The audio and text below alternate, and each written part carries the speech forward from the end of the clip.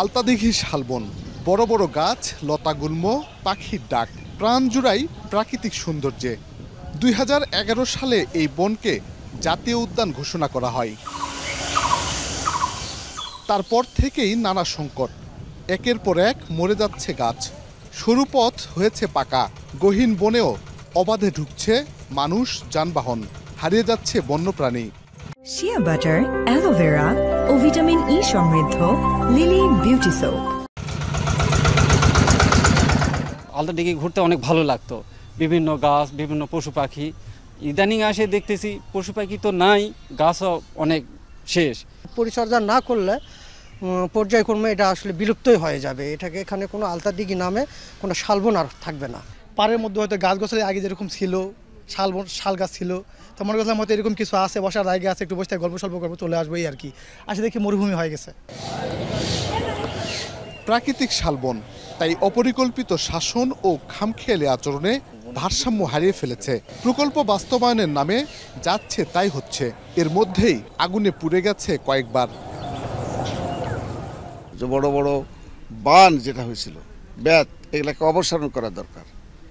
করলে গাছগুলো একটা ফ্রি হবে, মুক্ত হবে, আলো বাতাসে গাছগুলার গ্রোথটা বৃদ্ধি পাবে। বন ভালো ছিল, কিন্তু যখন থেকে গাছের লতা পাতা শুরু হয়েছে আর এই বেত লাগানো হয়েছে, তখন থেকে বনটা কিন্তু নিধনের পথে চলে যাচ্ছে। আমি 12,000 গাছ হয়েছি, একটা গাছ হয়েছে নাকি? ভালো গাছ হলে তো কষ্ট হবে তো। এই যে এই শালের গাছটা নিজের পক্ষে 30,000 টাকা দাম, এই গাছটা যদি মরে যায় তো কষ্ট নয়। এ নিয়ে উদ্বিগ্ন পরিবেশ কর্মীরা।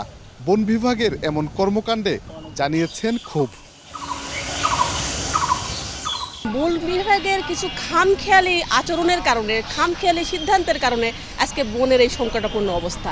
এখান থেকে উত্তরণের জন্য প্রধান আমাদের পদক্ষেপ হবে বিশেষজ্ঞ পরিবেশবিদদের নিয়ে এসে তাদের পরামর্শ নিয়ে কাজ করে এটাকে রক্ষা করতে হবে। আলতাদিঘি শালবন ধ্বংস হলে তো এই অঞ্চলে একটা বিপর্যয় নেমে আসবে। মানুষ বাঁচবে না, প্রকৃতিও বাঁচবে না, একটা টোটাল একটা ইকোসিস্টেম একটা বিপর্যয়ের সম্মুখীন হবে। সবই জানা আছে সংশ্লিষ্ট কর্মকর্তাদের। বন বাঁচাতে পদক্ষেপ নেওয়া হচ্ছে দাবি বিট কর্মকর্তার। যে আমরা বেত লাগাইলে হয়তো শাল গাছটাকে আমরা সংরক্ষণ করতে পারবো। তো দেখা যাচ্ছে যে শাল গাছে কিছু কিছু ক্ষতির লক্ষণ দেখা যাচ্ছে, যেহেতু লোকালয় এলাকা এবং এখানে জাতীয় উদ্যান এলাকা, পর্যটক এলাকা, সেক্ষেত্রে বাগানের ভিতর দিয়ে পাকা একটা রাস্তাও ইতিপূর্বে হয়েছে, যার কারণে কিছু লোক জনসাধারণ চলার জন্য যে রাস্তাটা এখান দিয়ে প্রবেশ করে, এখানে আমরা আর বাধা দিতে পারি না, কারণ বাধা দিলেও এটা হয় না। জাতীয় উদ্যান ঘোষণার পর থেকে আলতাদিঘির এই শালবনে প্রকল্প বাস্তবায়নের নামে যা ইচ্ছে তাই করা হয়েছে, ফলে বিপন্ন প্রাণ প্রকৃতি।